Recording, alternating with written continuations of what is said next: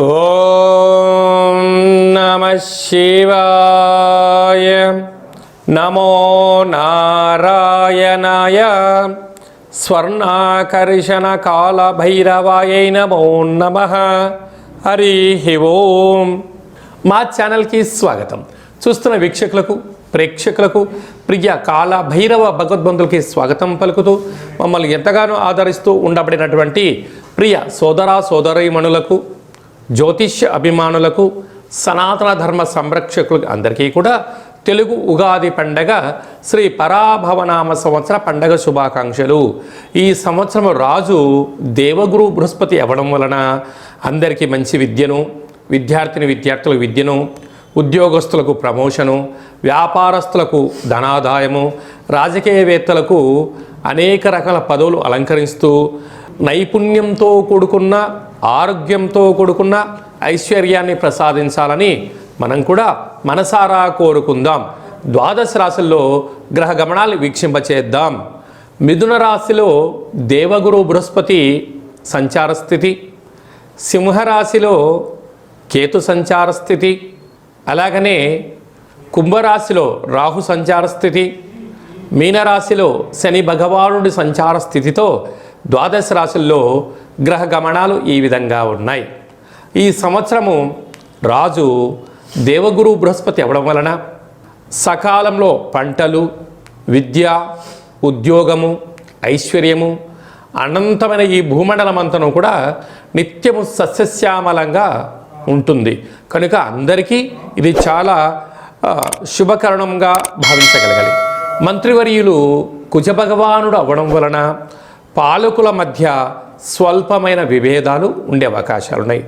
సమన్వయంగా ఎవరైతే ముందుకు వెళ్ళగలరో వారందరికీ ఐశ్వర్యం కలుగుతుంది అని చెప్పి గమనించాలి.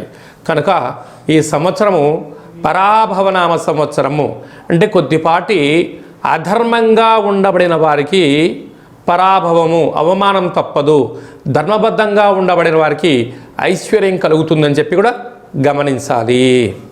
సింహరాశి వారికి శ్రీ పరాభవనామ సంవత్సరంలో ఒకవైపు అష్టమ శని సంచార స్థితి జరుగుతూ వచ్చినటువంటి ఉగాది పండగ సందర్భంగా వీరి యొక్క ఆదాయ వ్యయాలతో రాజయోగాన్ని ఎలా పొందాలో ఈ వీడియోలో సవివరంగా సంపూర్ణంగా తెలుసుకుందాం. సింహరాశిలో ఏ నక్షత్రాలు వస్తాయనగా మఖా నక్షత్రంలోని 4 పాదాలు, పుబ్బా నక్షత్రంలో 4 పాదాలు, ఉత్తరా నక్షత్రంలోని 1 పాదం కలిపితే సింహరాశి. రాశాధిపతి రవి భగవానుడు. వీరి యొక్క ఆదాయ వ్యయాన్ని మనం గమనించినట్లయితే ఇప్పుడే శని భగవానుని యొక్క దివ్యమంగళమైన ఆశీస్సుల చేత స్వీయ నియంత్రణ, సత్ప్రవర్తన, క్రమశిక్షణ, ఆలోచన విధానం మారడం, వీరికి సహస్రార చక్ర ఓపెన్ అవ్వడం వలన సమస్థితికి వచ్చారు, ఉచ్చస్థితిలోకి వచ్చేశారు ఇప్పుడు మీరు. కనుకనే వీరి యొక్క ఆదాయం 7, వ్యయం కూడా 7.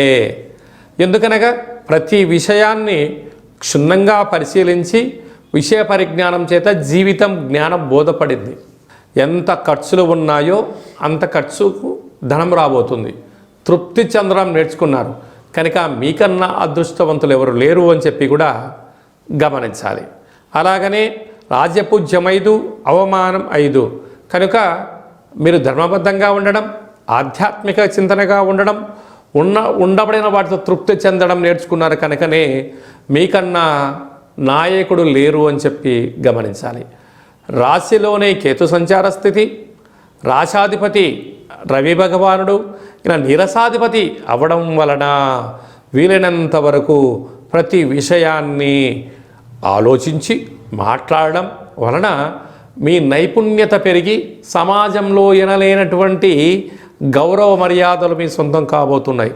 2వ స్థానాధిపతి బుధుడు విశేషంగా మీరు ధాన్యాధిపతి అవ్వడం వలన ఆహార ఉత్పత్తులు, దాన ధర్మ కార్యక్రమాలు, సేవారంగ కార్యక్రమాలలో మీరు పాల్గొనడం వలన మంచి బుద్ధి, మంచి సత్ప్రవర్తన వలన ఐశ్వర్య జీవితాన్ని కూడా మీరు పొందబోతున్నారు. అలాగే 3వ స్థానాధిపతి శుక్ర భగవానుడు సస్యాధిపతి అవ్వడం వలన వీలైనంత వరకు అందరూ బాగుండాలి, ప్రకృతి, పర్యావరణము, లోకరక్షణ, దేశ సేవ చేయాలని మీ కోరిక కూడా నెరవేరబోతుంది. అర్ధాష్టమ రాశాధిపతి కుజభగవానుడు మంత్రివర్యులు అవడం వలన కొద్దిపాటి యంత్రాలతో, ఆయుధాలతో, ప్రభుత్వపు అధికారులతో, పోలీస్ శాఖ, రక్షణ శాఖతో న్యాయపరమైనటువంటి చిక్కులు కనపడుతున్నాయి. ఆరోగ్య సమస్యలు స్వల్పంగా రాబోతున్నాయి. తస్మాత్ జాగ్రత్త. అలాగనే వీరికి విశేషంగా ఈ సంవత్సరము 11వ తారీఖు 9వ నెల 26 శ్రావణ మాస అమావాస్య పుబ్బా నక్షత్రం, ఉత్తరా నక్షత్రం రోజున ఎలాంటి పనులను ఆచరించకపోవడమే ఉత్తమోత్తంగా భావించాలి. సప్తమ స్థానంలో రాహు సంచారం చేయడము, ప్రేమికులకు చాలా నమ్మకంగా ఉండగలిగితేనే ఒకరిని అర్థం చేసుకోండి, లేకపోతే ఎవరికి వారే యమునా తీరే. భార్యాభర్తల మధ్య అన్యోన్యత అవసరం అని చెప్పి కూడా గుర్తు పెట్టుకోగలగాలి.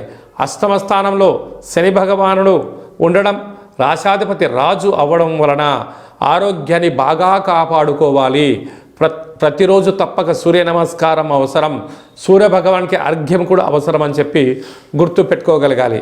అదే కాకుండా ప్రతి ఆదివారం, ప్రతి శనివారం మధ్యమత్తు మాంసాలకు దూరంగా ఉండడం, వీలైతే ఉపవాసం ఉండడం వలన ఏకాగ్రత పెరిగి, అదృష్టం కలిగి, సహస్రార చక్రం వెలిగి, భూత భవిష్యత్ వర్తమానములలో విజయాన్ని సాధించడానికి అధికమైన ఉపయోగాలు ఉంటున్నాయి.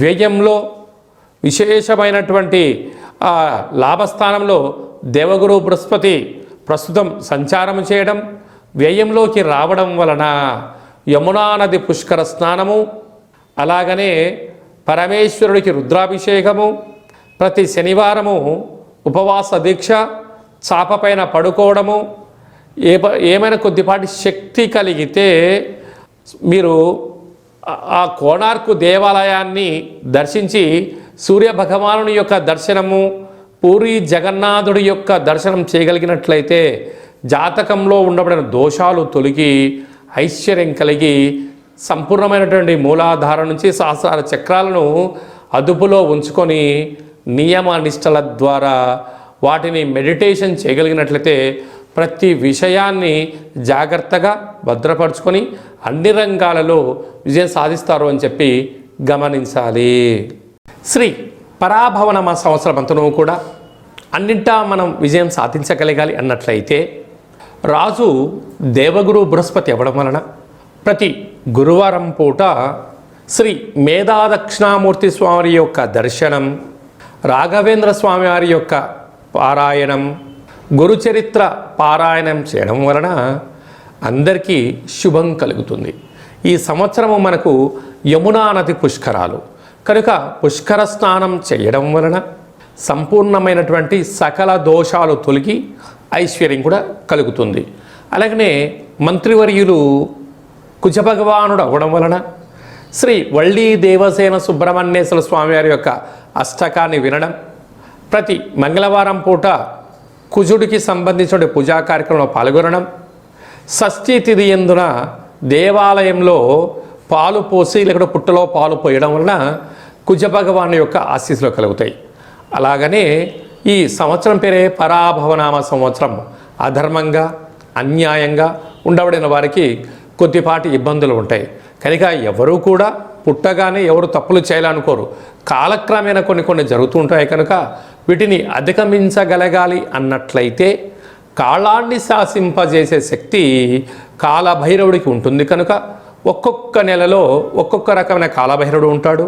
కాళభైరవనామ స్మరణ, అష్టకాన్ని వినడం, గృహంలో కూష్మాణ దీపాన్ని పెట్టుకోవడం, కుక్కలకు ఆహారాన్ని ఏర్పాటు చేయడం, పక్షులకు ఆహారాన్ని ఏర్పాటు చేయడం వలన సకల గ్రహ దోషాలు తొలగిపోతాయి. అలాగనే మీ వ్యక్తిగత జాతకం తెలుసుకోవాలనుకుంటున్నారా? మీ యొక్క పేరు, పుట్టినటువంటి తేదీ, నెల, సంవత్సరం, పుట్టినటువంటి సమయం రాసి పంపించినట్లయితే 100 సంవత్సరాల జాతకం రాసి పంపించి పుట్టినప్పుడు గ్రహ గమనాలు ఎలా ఉన్నాయి, శ్రీ పరాభవనామ సంవత్సరంలో ఎలా ఉండబోతుంది, రాబోయే కాలంలో భవిష్యత్ కాలంలో ఎలా ఉండబోతుందో మీకు సవివరంగా సంపూర్ణంగా తెలియచేయడం జరుగుతుంది. చాలామందికి డేటా బర్త్లు లేనటువంటి వారికి మీ పేరు యొక్క మొదటి అక్షరాన్ని అనుసరిస్తూ ఆదాయ వ్యయాలను కూడా వివరిస్తూ రాజపూజ్య అవమానాలను తెలియచేస్తూ సంపూర్ణమైన కాళభైరవ ఉపాసన చేత గవ్వల ద్వారా రమణ శాస్త్రం ద్వారా భూత భవిష్యత్ వర్తమానాన్ని తెలియజేయడం జరుగుతుంది. కనుక ఈ కింది నేమును సంప్రదించి అపాయింట్మెంట్ తీసుకొని సంప్రదించగలరు. శ్రీ పరాభవనామ సంవత్సరం అంతను కూడా అందరికీ నిండు నూరేళ్ల ఆయురారోగ్యాలు, ఐశ్వర్యము, ఆనందము, పాడి పంట, ఐశ్వర్యము, స్వయం కృషి, పట్టుదలతో అందరికీ విజయాలు కలగాలని కోరుకుంటూ మనసారా కాళభైరవ స్వామి యొక్క ఆశీస్సులు. ఓం కాళకాలాయ విద్మహే కాళాతీతాయ ధీమహి తన్నో కాళభైరవ ప్రచోదయాతు. ఓం రాజాదిరాజాయ ప్రసహ్య సాహినే నమో వయం వై శ్రవణాయ కుర్మహే సమే కామాన్ కామకామాయ మహ్యం కామేశ్వరో వై శ్రవణాయ మహారాజాయ నమః. శతమానం భవతు శతాయు పురుష సతేంద్రియ ఆయుష్యేవేంద్రియే ప్రతితిష్టతి. ధనం ధాన్యం బహుపుత్రలాభం శత సంవత్సరం దీర్ఘమాయు. శ్రీ పరాభవనామ సంవత్సరాంతం అఖండం నిత్యం శాంతిరస్తు, వృద్ధిరస్తు, తుష్టిరస్తు, అవిఘ్నమస్తు, ఆయుష్యమస్తు, ఆరోగ్యమస్తు. స్వస్తిం శివం కర్మాస్తు. కర్మ సమృద్ధిరస్తు, వేద సమృద్ధిరస్తు, పుత్రపౌత్రాది రక్షంతు. సర్వే జనా సుఖినో భవంతు. లోకా సమస్తా సుఖినో భవంతు. సర్వం కాళభైరవ దేవతార్పణమస్తు. హరి ఓం. ఈ వీడియో మీకు నచ్చినట్టయితే మా ఛానల్ని సబ్స్క్రైబ్ చేసుకోండి. అందరికన్నా ముందుగా ఆధ్యాత్మికమైనటువంటి సలహాలు సూచనల కోసం మా ఛానల్ని గంట సింబల్ ప్రెస్ చేసి ఆలైన బటన్ కూడా ప్రెస్ చేసి భగవద్బంధులకు, మిత్రులకు, స్నేహితులకు ఈ సమాచారాన్ని, భక్తి సమాచారాన్ని చేరవేసి హిందూ ధర్మాన్ని కాపాడగలరు.